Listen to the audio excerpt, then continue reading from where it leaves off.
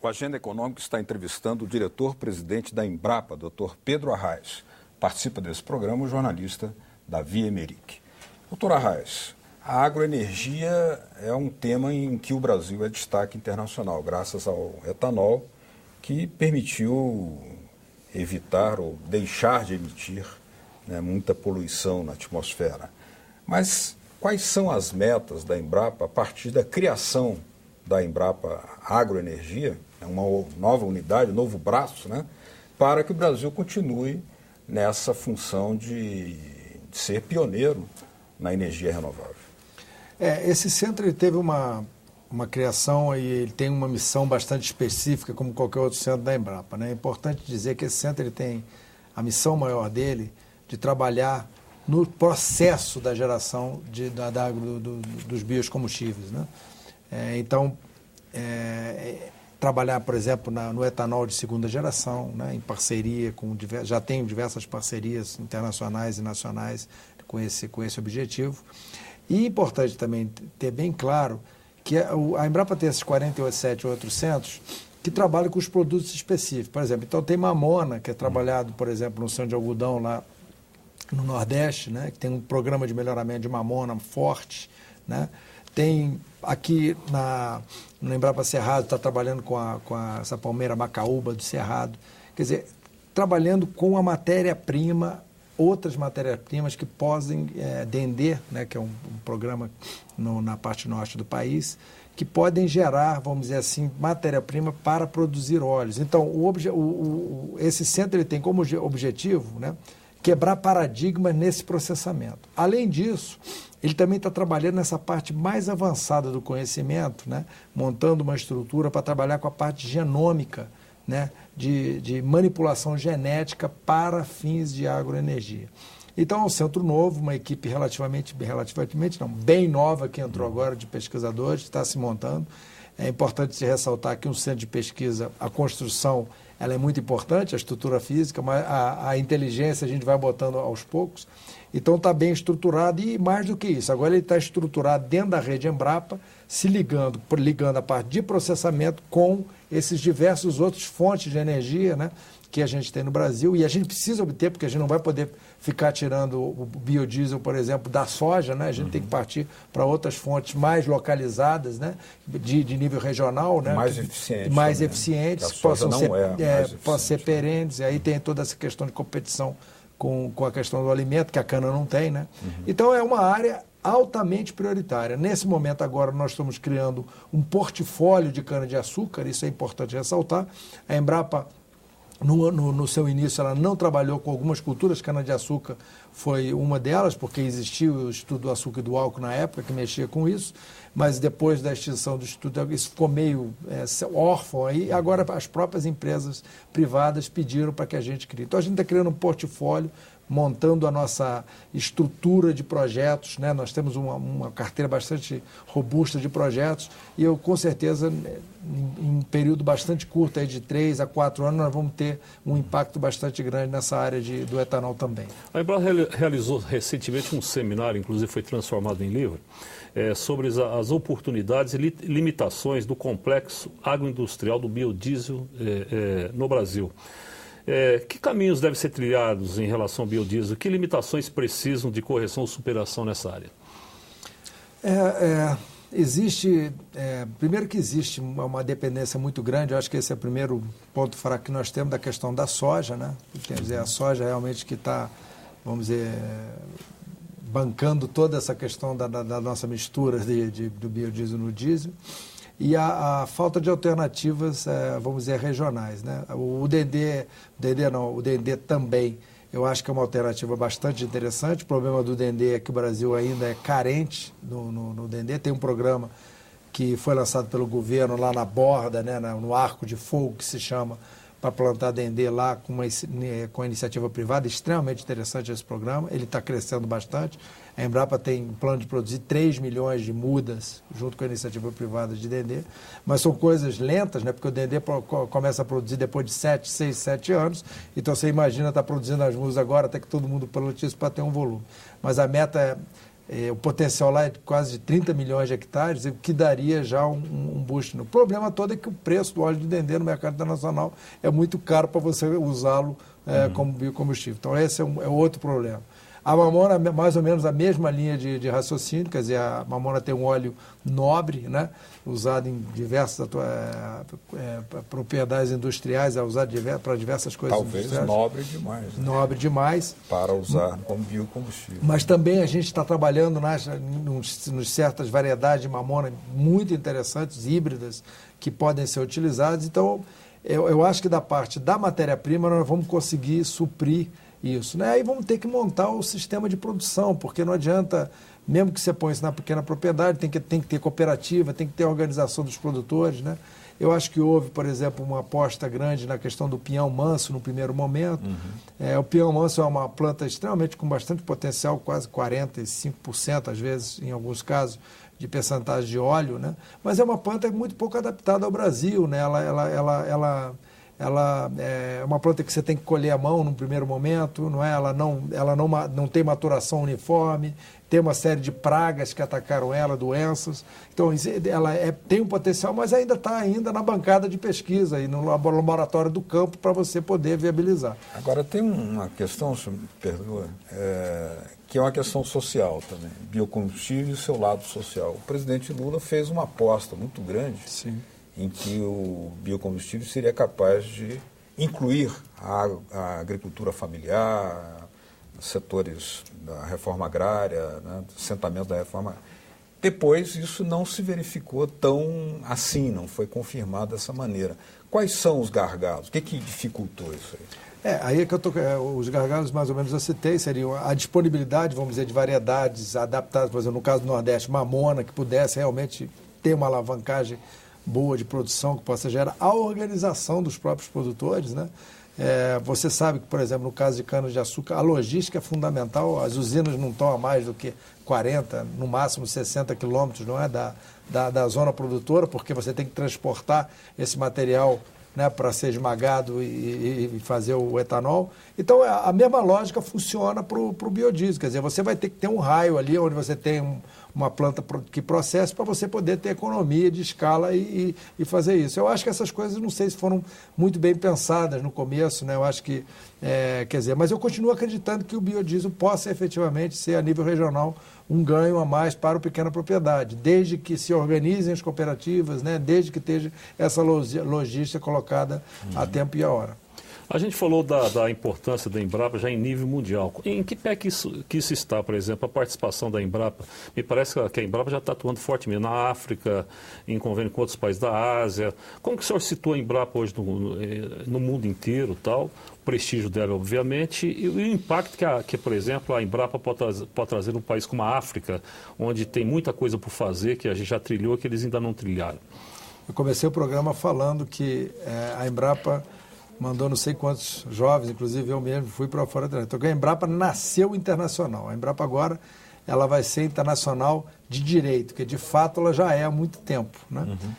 A Embrapa tem tido uma demanda muito grande, né, dos países em desenvolvimento, né? O Brasil hoje tem um papel, né, diferente no mundo, né? Ele tem um papel que tem relevância nas políticas mundiais, né?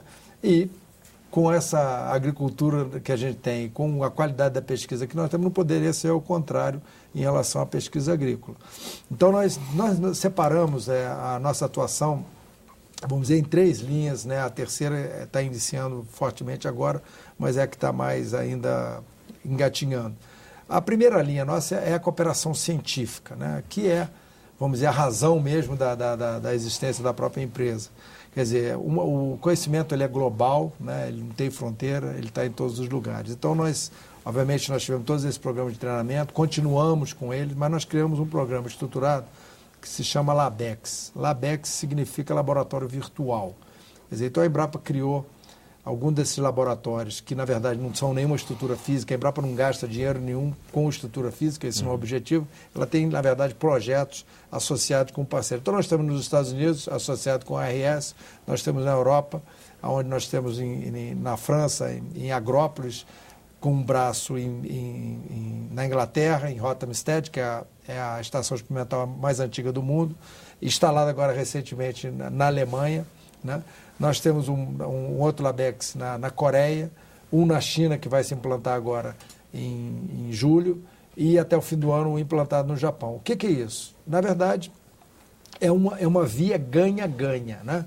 Nós vamos para lá, fazemos projetos conjuntos. A gente pode dar o exemplo, por exemplo, da gripe suína. Na época que aconteceu a gripe suína, nós tínhamos uma pesquisadora que lidava com essa parte de sanidade, doença dos animais, num laboratório em Iowa, nos Estados Unidos, e ela junto com os americanos descobriu como é que transmitia, como é que era a vacina, tudo isso foi feito por uma brasileira juntamente com os americanos lá, que deu todo esse resultado. Quer dizer, então é uma coisa que a gente faz ganha-ganha, quer dizer, tanto eles querem trabalhar aqui quanto nós também trabalhar. Por outro lado, nós começamos a ter também pesquisadores americanos aqui, chineses aqui, em alguns laboratórios nossos, em projetos específicos que são montados. Então, a gente é na ponta do conhecimento, lidando com nanotecnologia, lidando com essa patologia de doença, com a parte mais avançada que existe, né? Lidando com a questão de alimentos funcionais na França, com a questão mais avançada. Na China, qual é o nosso interesse? Trazer recursos genéticos. A China é rica em recursos genéticos, soja é originária de lá, várias outras culturas, frutas são originárias da China, e através desse mecanismo a gente consegue trazer. Alguma coisa você também vai passar de conhecimento, obviamente dentro dos limites de guarnecer a nossa segurança nacional, né? Nós não podemos, obviamente, passar isso de qualquer maneira. Isso tem que ser uma coisa muito importante, que a gente guarde esse conhecimento, que é a nossa soberania como brasileiros, né?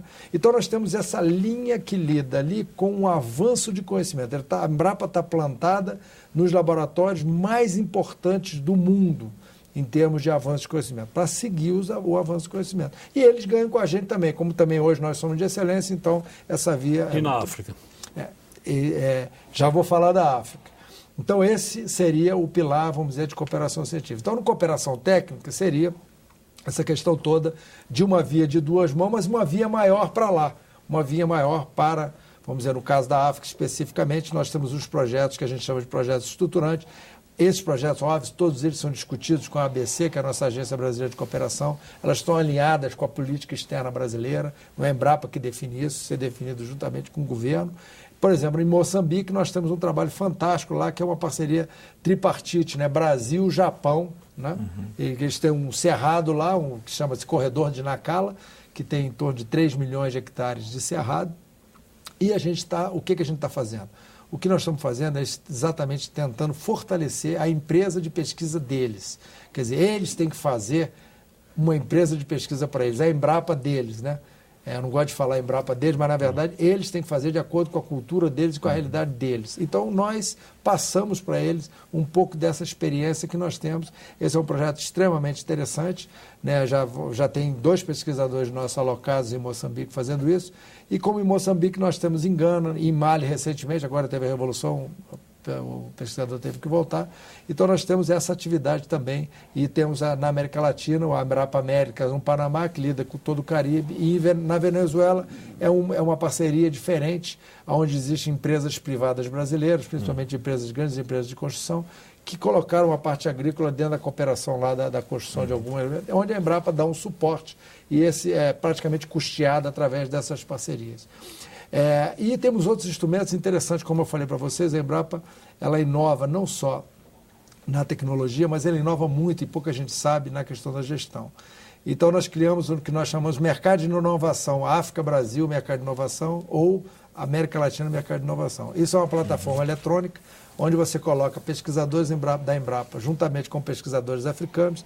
Eles fazem uma pré-propostas, né? Essa pré-proposta é avaliada por um comitê. A Bill Gates Foundation deu 2,5 milhões de dólares para esse projeto. A Inglaterra, Banco Mundial, o BID, colocou recursos externos, onde, para vocês terem uma ideia, em final de julho nós estaremos chamando aqui 50 pesquisadores africanos nas diversas áreas que aprovaram essas pré-propostas, 45 pesquisadores latino-americanos no mesmo evento, onde eles vão participar aqui de um workshop para a elaboração das propostas que depois vão ser avaliadas e aprovadas. Deveremos ter com recursos que nós conseguimos, umas 25 propostas de pesquisa aprovadas para a América Latina e umas 30 propostas de pesquisa aprovadas para a África. Então, a gente vai criando esse... Porque o que é a ciência? Ciência é contato, é conversa, é discussão. Então, com isso, se aprende muito, né? E a gente pode voltar um pouquinho daquilo que a gente teve do continente africano, né? O nosso rebanho tropical, ele todo come um capim chamado braquiária, né, que é uma espécie originária da África, veio para cá, foi melhorado pela Embrapa e alguns outros centros internacionais. Então, acho que é a hora da gente passar um pouquinho desse conhecimento para os africanos, dentro daquele sentido de uma cooperação solidária e de uma cooperação de ensinar os africanos a pescar, né, a fazer a pesquisa para que eles possam resolver os seus problemas. Doutor Arraes, uma última pergunta, a questão dos agrotóxicos. O Brasil é considerado aí pela indústria de defensivos químicos, segundo essas estatísticas, como o maior consumidor de agrotóxicos do mundo. E a Anvisa já fez diversos alertas em relação a essa temática. Em que as pesquisas da Embrapa podem ajudar a superar essa posição incômoda e desconfortável brasileira? Eu gosto muito de me referir aos agrotóxicos como defensivos agrícolas, né? E em alguns casos eles são até um mal necessário. A Embrapa tem feito ao longo da sua história todo o tempo trabalhado com a genética, né? E a nossa genética basicamente é voltada para resolver os problemas das doenças das plantas, Mas existem algumas doenças que, infelizmente, a gente não consegue resolver tão facilmente pela genética. Por exemplo, uma delas, que chegou não faz muito tempo no Brasil, chama-se ferrugem da soja, né? E em alguns casos, se você não pulverizar com fungicida para a ferrugem da soja, ela realmente destrói completamente a plantação e nós teríamos uma quebra de produtividade muito alta.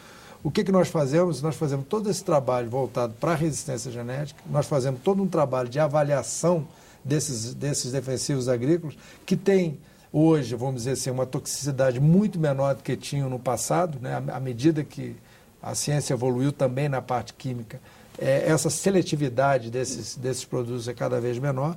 E, por outro lado, nós temos toda uma técnica em várias culturas de manejo integrado, quer dizer, sim, caso haja necessidade de usar defensivo agrícola, como se usa e como ele pode ser usado de uma maneira correta que não cause ou cause o mínimo de dano ao meio ambiente e não deixe nenhum resíduo, obviamente, para a qualidade do produto. Então, esse é o nosso papel como Embrapa. Mas agora, achar que a gente pode banir todos os defensivos agrícolas, né? Eu estaria sendo um poeta aqui. Só controle biológico? E eu não gostaria que faltasse nem feijão, nem arroz, nem outros alimentos nos supermercados. Então, agora, eu acho que a gente tem que ter muita responsabilidade e lidar. Existem tecnologias, mesmo para aplicação, que minimizam isso e praticamente eliminam os danos que possam causar tanto para o aplicador ou quem está fazendo isso, para o meio ambiente, e muito menos se aplicado na época certa e na dosagem certa, não tem nenhum resíduo tóxico para os consumidores.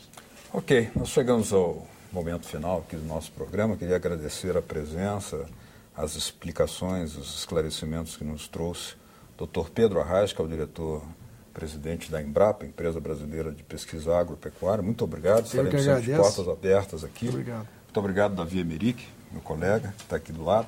Se vocês quiserem ter mais informações sobre esses temas que estivemos aqui abordando, entre eles a questão da agricultura sustentável, há um site www.agrosustentável.com.br. E se quiserem também baixar esse ou outros programas da TV Senado, olha aí na tela uma forma de fazê-lo. www.senado.gov.br/TV. Muito obrigado pela sua audiência. Até o próximo Agenda Econômica. Até mais.